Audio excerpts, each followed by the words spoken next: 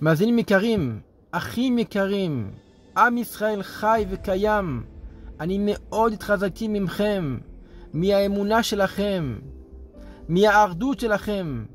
אתם הבנתם את המסר שהקדוש ברוך הוא רצה למסור לנו, ועשיתם בדיוק מה שהשם הוא רצה שתעשו.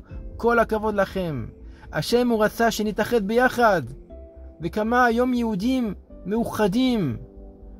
אסתר המלכה אמרה, לך כנוס את היהודים. כשהמן הרשע רצה לגזור על היהודים, הוא אמר, ישנו עם אחד מפוזר ומפורד, אין להם אחדות. אז המלך אמר, אז בואו ננצל את הזמן הזה. מה אמרה אסתר? לך כנוס את היהודים, שיהיו כנוסים, שיהיה להם אחדות. אם יש אחדות, אנחנו מעוגנים.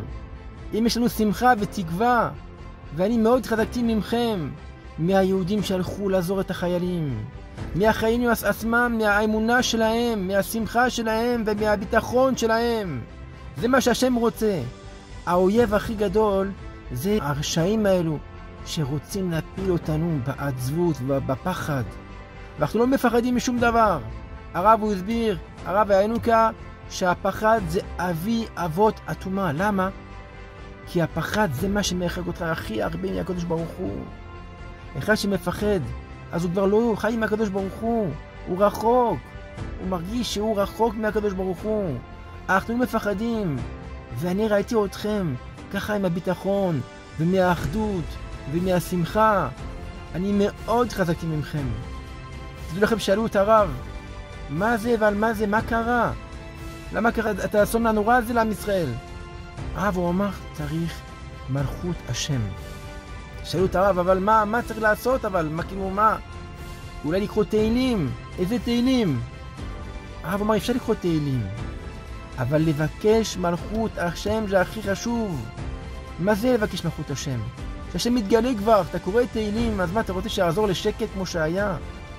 ואתה רוצה לחזור למצב שלך לפני זה, שהיה בשקט? לפני משיח, הגמרא אומרת שיהיו צרות לעם ישראל, יבוא אריה וידחוף את הבן אדם, והבן אדם ישכח עם זה אחרי זה, ויבוא נחש ויקיש אותו ויגמור וישכח את זה. וזה ככה כל פעם הצרות באים ושוכחים.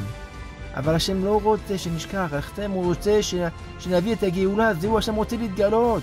אבל השם הוא מלך ענב, והמלך הזה ענב. הוא רוצה שנבקש ממנו שהאבא תחזור לבית כבר, נמאס לנו כבר.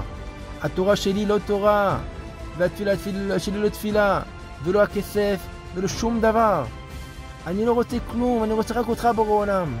בגלל זה הרב הוא אמר שהתכלית זה להרים את העיניים לשמיים ולהגיד את 4 פסוקים, או לדבר עם השם במילים פשוטים. אבל יש 4 פסוקים שהרב אמר לומר אותם. זה יכול להביא ישועות על האדם. מה 4 פסוקים האלו? אתם מכירים אותם. עיניי תמיד אל אדוני, כי הוא יוציא מישר עליי. רק השם יכול להוציא אותי מהרשת יש לי ברגליים שלי. ראה עוני ועמלי, השם תראה את הצרות שלי, תראה את הצער, את האיסורים שיש לי כבר, תיקח אותם כבר.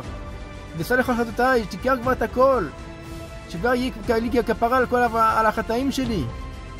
ישועתך קיוויתי אדוני. השם, אני מקווה שיבוא כבר את הישועה. יש לי תקווה, יבוא הישועה. בסוף אומרים, חושה לעזרתי אדוני תשועתי. השם, תמהר כבר, חושה, תמהר את העזרה שלי, תמהר את הישועה. והפסוקים האלו מסוגלים מאוד, כי נותנים לך קשר עם הקדוש ברוך הוא. תקווה לשם. ותדעו לכם שאני ראיתי את עם ישראל מאוחדים, ומאוד התחזקתי שאני ראיתי שאתם חזקים. עם ישראל חי וקיים, עם ישראל חזק, ואתם ככה תצליחו ותנצחו. כל הכבוד לכם.